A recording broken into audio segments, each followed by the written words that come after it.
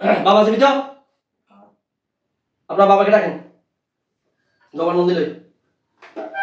আপনার বাবার নাম কি? আকবর। মাদানী রোকেয়া সেন্টার, মানবতার কল্যাণে সদা তৎপর। ইসমাইলের আব্বু আকবর সাহেব, দয়া করে আল্লাহর জন্য, যেহেতু আপনি মুসলিম ভাই হিসেবে আপনার ডাকতেছি, ইসমাইল সরে যান। আপনি সরেন। আকবর আসেন, আকবর সাহেব আসেন। ওয়ালাইকুম আসসালাম। জি আকবর সাহেব, ইসমাইল আপনার ছেলে? হ্যাঁ। এখন ইসমাইল কথা শুনতেছে না, বিষয়টা কি বলেন তো? ও তো আল্লাহকে মানে না, নাস্তিক। সে বললো আমি নাস্তিক।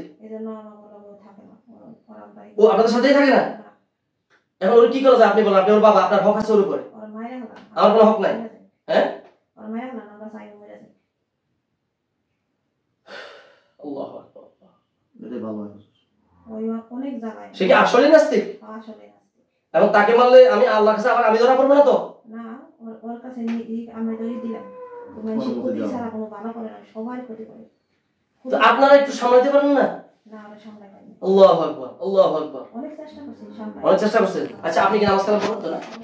আলহামদুলিল্লাহ, আলহামদুলিল্লাহ। আপনার ওর মা, আপনার ভাই, আপনার স্ত্রী নামাজ কালাম পড়েন? আকবর সাহেব জিজ্ঞেস করেন যে আমার ক্ষতিগুলো কে করছে? ও করছে না? আচ্ছা, এই যে ভাই ক্ষতিগুলো কে করছে তাহলে? ইফরিত জিনে করছে। ইফরিতের মধ্যে কোনটা কে করছে? এই যে ওই করছে আমার ছেলে। ওই করছে না? হ্যাঁ। দেখছেন? তারপর অন্যান্য জিন আছে। আচ্ছা, এখন এর আপনার ছেলে মানে তো আমার আপনি, বাকি আরো তো সহযোগীরা আছে না? ওর লগে কেউ নাই। ওই একলা, ওর লগে যারা এখন ওরে বাড়ি লাগলে কি সব সমস্যার সমাধান হয়ে যাবে ইনশাআল্লাহ? ওই যে একটা আছে হিন্দু। হ্যাঁ, হিন্দু খারাপ না, ওরে ভালো। হিন্দুরা ভালো? ওই খারাপ। তাহলে আমি হিন্দুরা দেখে একটু জিজ্ঞেস করি সহযোগী হিসেবে। আচ্ছা, ও জিজ্ঞেস করা তো ওইও খারাপ করে বলে। ও মানে হিন্দুরা খারাপ করবে? মানে খারাপ বলবো, হিন্দুরা আইসা ওরা খারাপ। ও হিন্দুরা খারাপ বলবে। আচ্ছা আচ্ছা, ঠিক আছে। তাহলে ভালো, আপনি ভালো কথা বলছেন। এখন ওর মার কোনো দাবি আছে কিনা ইসমাইলের প্রতি? ওর প্রতি আমার কে দাবি নাই। ওরে আপনি মায়া ওরা জ্বালাই দেন। মানে এই রোগীর সমাধান কি ওরে মারাই রোগীর সমাধান? ওরে না মারলে হবে না। না মারলে হবে না। আর আপনি যে আল্লাহ সাহায্য করুন। দেখেন, আল্লাহ যদি চাই বিষয় ভালো হয়ে যাবে, আর ভালো হওয়ার লক্ষণ আমি দেখতাছি, কিন্তু ওই ভালো হওয়ার কোনো লক্ষণ নেই। ও যে খাদিজা, খাদিজা, আলহামদুলিল্লাহ, খাদিজা তো মুসলমান হয়ে গেছে আলহামদুলিল্লাহ। তার কথা বলতেছে যে ভালো লক্ষণ দেখতেছে। আর লক্ষণ ভালো, ওই আল্লাহর রহমতে ভালো হয়ে যাবে। যাক, ওই ভালো হবে না। ও ভালো হবে না। কে ভালো হবে না? আলহামদুলিল্লাহ। খাদিজা তো মুসলমান বানাইছি। এখন আপনার ছেলেকে তো মুসলমান, সে আমার দ্বীনি ভাই। আমি দ্বীনের আল্লাহর দোহাই দিলাম, সে শুনলো না। আমি শুনবো না। আল্লাহ আমাকে সাহায্য করুন আল্লাহ। তাহলে আপনার রায় কি আপনার ছেলেকে? ওরা হত্যা করে। আচ্ছা, আমি করবো কেন? এটা আপনাদের বাদশার মাধ্যমে আপনাদের যারা শাস্তি দেয়, আপনাদের আইন কানুন আছে না? আমরা করি না। এই আমার ছেলে আমি করা হবে না। আপনি না, মানে আপনাদের প্রশাসন আছে, আইন আছে, সবই তো আছে, পুলিশ প্রশাসন, আইন সব আছে না? সব আছে। সেটা করছে ওর মতন, সব মানুষ খালি ক্ষতি করে। মানে কোন আদালতও ওকে শাস্তি দিতে পারে না আপনাদের?